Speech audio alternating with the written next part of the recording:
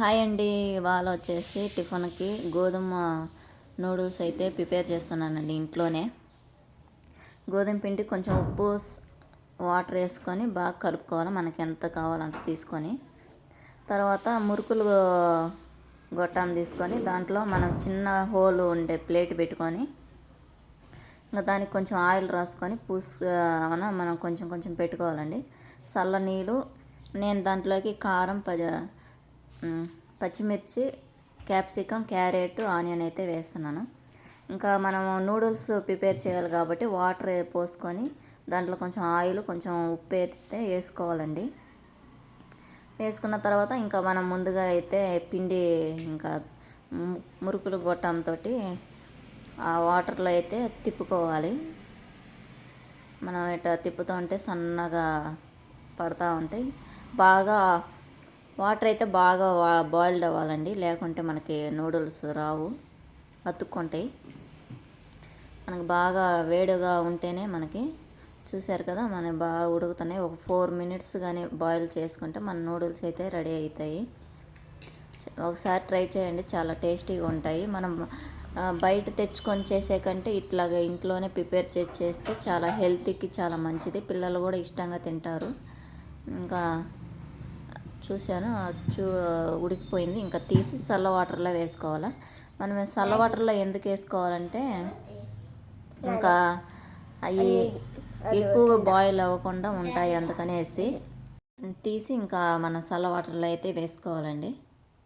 ఇంకా అన్నీ మీరు ఎంతమంది జనాలు ఉంటే అంతమందికి ప్రిపేర్ చేసుకోండి. అట్లానే ఇంకా నాదైతే అయిపోయింది. ఇంకా స్టవ్ ఆఫ్ చేసి ఇంకా అదే బాండిల్లో అయితే ఇంకా ఫ్రై అయితే ఇంకా ఆనియన్ అవన్నీ వేసి ఇంకా కలిపేసి నూడిల్స్ అయితే ప్రిపేర్ చేస్తాను. కొంచెం సరిపడా ఆయిల్ వేసుకోవాలి. ఇంకా మనం కట్ చేసుకున్న పచ్చిమిర్చి, క్యారెట్, క్యాప్సికం అవన్నీ వేసి కలుపుకోవాలండి. సన్నగా కట్ చేసుకోవాలి. మీ దగ్గర కావాలంటే ఇంకా ఏమన్నా క్యాబేజీ అట్లాంటివి యాడ్ చేసుకోవచ్చు. నా దగ్గర ఇవే ఉన్నాయి. ఇంకా బాగా కలుపుకున్న తర్వాత కొంచెం సాల్ట్ వేసుకోవాలి. సాల్ట్ వేసుకొని కొంచెం మళ్ళా ఫ్రై చేసుకోవాలండి. ఇంకా తర్వాత ఇంకా దాంట్లో కావాల్సినవి ఇంకా సోయా సాసు, కొంచెం అయితే అల్లం వెల్లుల్లి పేస్ట్ వేసాను. ఒక 1/2 teaspoon అయితే వేసానండి, ఎక్కువ వేయలేదు. వేసుకొని కలుపుకోవాలి.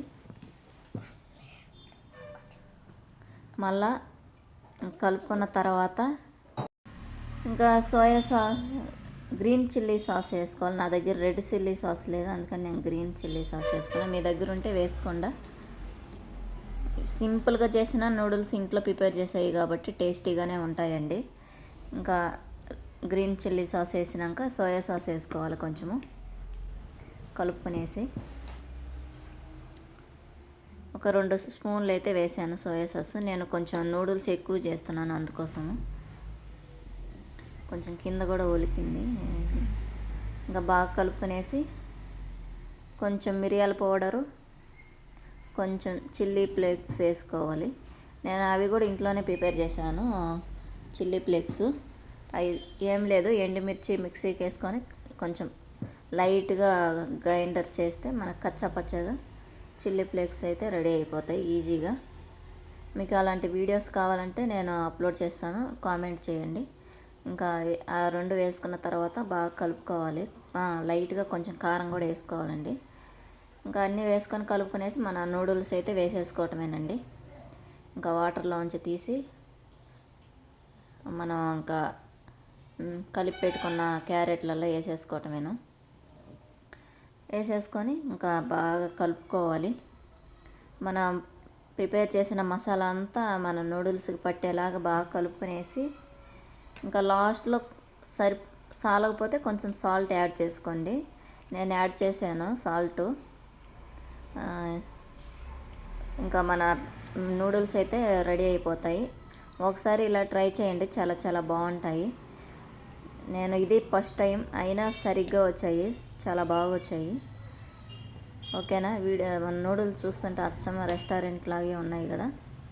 ఓకేనండి. మన వీడియోస్ కానీ మీకు నచ్చినట్టయితే లైక్ అండ్ సబ్స్క్రైబ్ చేసుకొని షేర్ చేయండి, కామెంట్ చేయండి. మన ఛానల్ ఫాలో అవ్వండి, ఎంజే డైలీ వ్లాగ్స్.